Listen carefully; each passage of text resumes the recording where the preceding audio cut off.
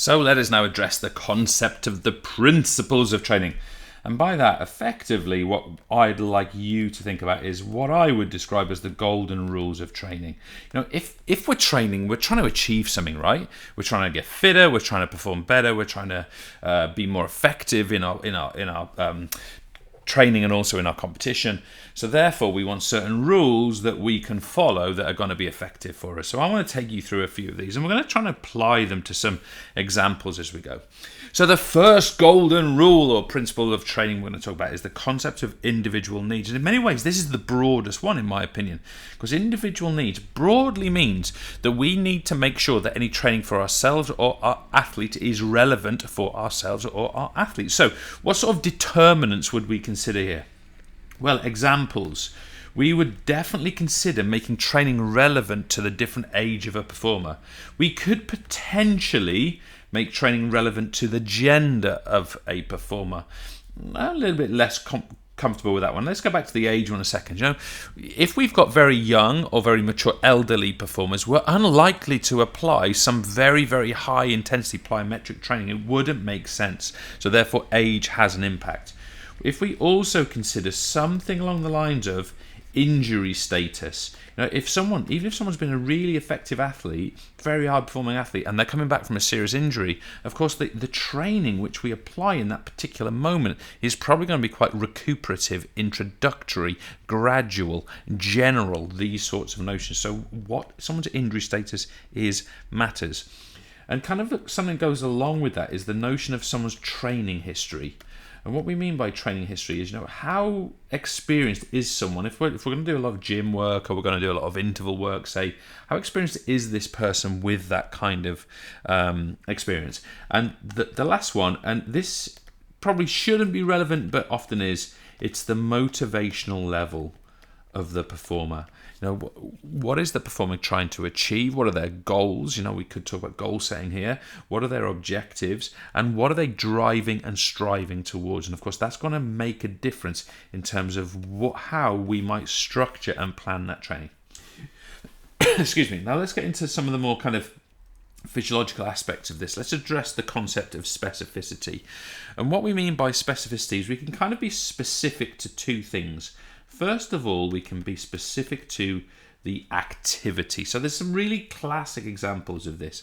If we are a long distance runner, we are going to make our training specific to the component of fitness, and specifically cardiovascular endurance is going to be a great example of what we're going to do there. Now then, if, however, we are something like a rugby forward or a javelin thrower, or we are an anaerobic performer, the different component of fitness is going to apply. But we also want to consider something like energy system. Now, I've kind of touched on this already because I've mentioned notions of aerobic and anaerobic. Which energy system are we targeting with our training? And I meant to leave myself a little space over there, but I haven't. So I'll bring it over here instead. And the other consideration with regard to the activity is, which is the predominant muscle group? We could even take that further and say, what are the predominant technical movements of the performance? And we could make our training specific in that direction. But I'd also like you to realize that training can be deeper than that, deeper than just activity specific. It could indeed be both position or event specific. Okay, so a couple of examples of that. Again, we might find that with some events within a particular sport, some positions, I should say, those positions may be somewhat more aerobic than others. A midfielder and a striker, for example, in any invasion game, or a centre and a goalkeeper in netball, for example. So some performances are going to be greater. That's an up arrow, by the way, and another one here.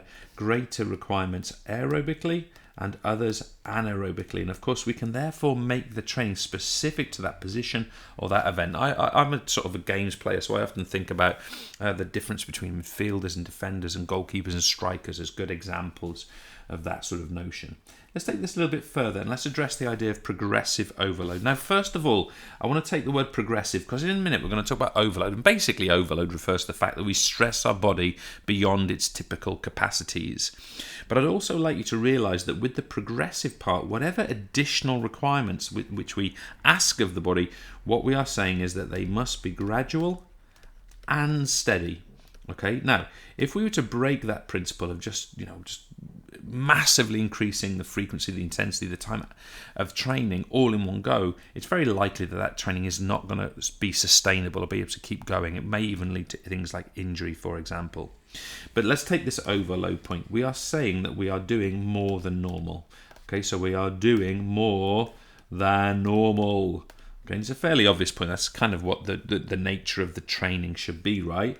And the other point I would make here is that we're trying to force what we call, first of all, fitness improvements. But really, the term that I'd like you to start to, now I've spent this fitness improvements, like that, improvements. What I'd like you guys to refer to this as is adaptations. Now, an adaptation is a long-term physiological change to the body. So let's look at this performer here.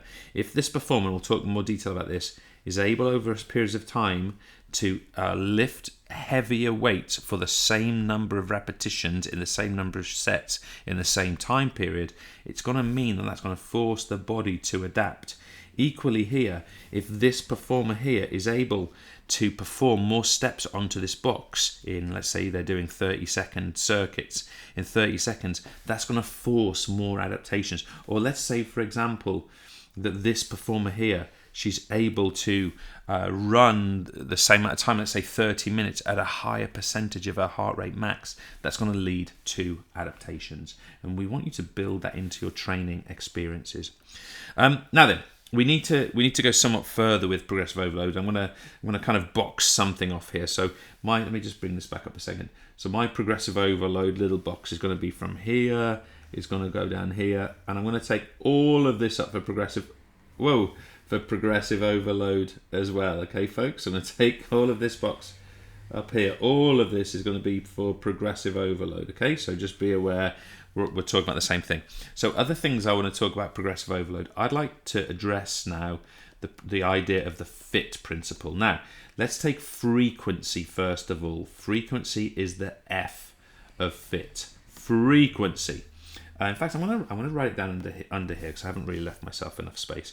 So let's take the frequency from fit. And of course, if we're going to be progressively overloading, we're going to do it using the fit principle. So frequency, basically what we're saying here is it's how often are we doing something. So for example, it doesn't have to be a week, but how many times a week are we training? And of course, for that reason, when we look to increase this, frequency actually has quite a limited capacity. Often people who are not full-time athletes will only be able to train a certain number of times a week. So therefore, it's often not frequency that we address first of all. We also can progressively overload intensity, which of course is the I from fit principle. So how would we do that? Well, we can change the percentage of our heart rate max. If you're unsure about that, more of that in other recordings when we talk about training target zones. We could, of course, talk about or increase the percentage of our one repetition max for things such as resistance training. We could, of course, also increase our percentage range of motion in things like flexibility or mobility training. And we could even, in things like plyometrics, we could increase things such as height, and we could even increase the weight of things such as medicine balls that we're using in plyometric training, for example. So there's our I. Let's now take our first T, that being time. Frequency, intensity, time. We can increase, up arrow, the total time of training. Okay, can we train for longer? We could also just simply increase the number of sets we do in interval or resistance training, or indeed circuit training. We could simply increase the number of reps that we do in those same training methodologies. But we could also decrease our recovery time. If we decrease our recovery time, we are, of course, also manipulating time. So let's go back up again. If this performer is doing, let's say she's doing 3 sets of 10, and she's doing that with 45-second recovery, well, if she slashes that 45 seconds down to 30 seconds, that's adapting, or that's overloading with regard to time. And the other term I wanted to introduce you to is the idea of the work-relief ratio. And that is that if we do more work and less recovery. Of course, we're manipulating time and we're going to get fitter. And finally, we've got the idea of type of training we can also overload. So again, we're talking about the method of training here. What training method are we actually using? Importantly, I think we have to address the idea that training should be varied with lots of variance. And one of the key principles for me in here is injury avoidance. Of course, if we always train the same way, the same muscle groups with the same exercises, overuse, overtraining, more of which in a second type injuries are quite likely. All right, let's go back to where we were. I've made a right mess, but never mind. Let's go to our rest and recovery point. So, rest and recovery. First of all, rest is essential because adapt. Goodness me, bear with me a second, folks. Adaptations, crikey, adaptations occur during rest. So, of course, we should be building rest and recuperation into our training. Otherwise, we are not going to have the opportunity to adapt. So we're saying within your PEP, within your training in general, and your design of training, build in recovery strategically. Let me put that word in there. Strategically. You need to have the recovery in there, because otherwise we get to this concept of overtraining. So how would we describe this? Well, first of all, it's an obvious point. It's a lack of rest and recovery. Nothing too clever there from what we've just said, but if we don't rest and recover, we're obviously not applying the principle of overtraining. The other point I'd make is it can be caused by a lack of variety. Now, of course, we link that back to the second T of fit, which is down here, because of course it was there that we talked about variance or variety. So we want a lack of variety can cause overtraining as well.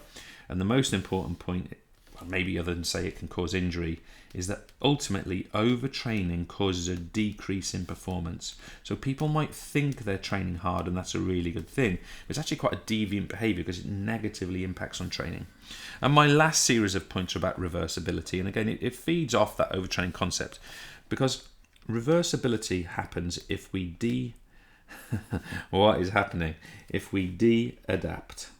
Okay, de-adapt. Okay, so if we go through some kind of reversal stage, it means because we're injured or because we're burnt out, we begin to de-adapt physiologically. And I've just mentioned a couple of points there. This can happen through injury and it can happen through burnout. And burnout, of course, is at least partially psychological. It's to do with psychological fatigue, demotivation, boredom even. So, of course, one of the key things we want to do is avoid injury, avoid psychological burnout and physical.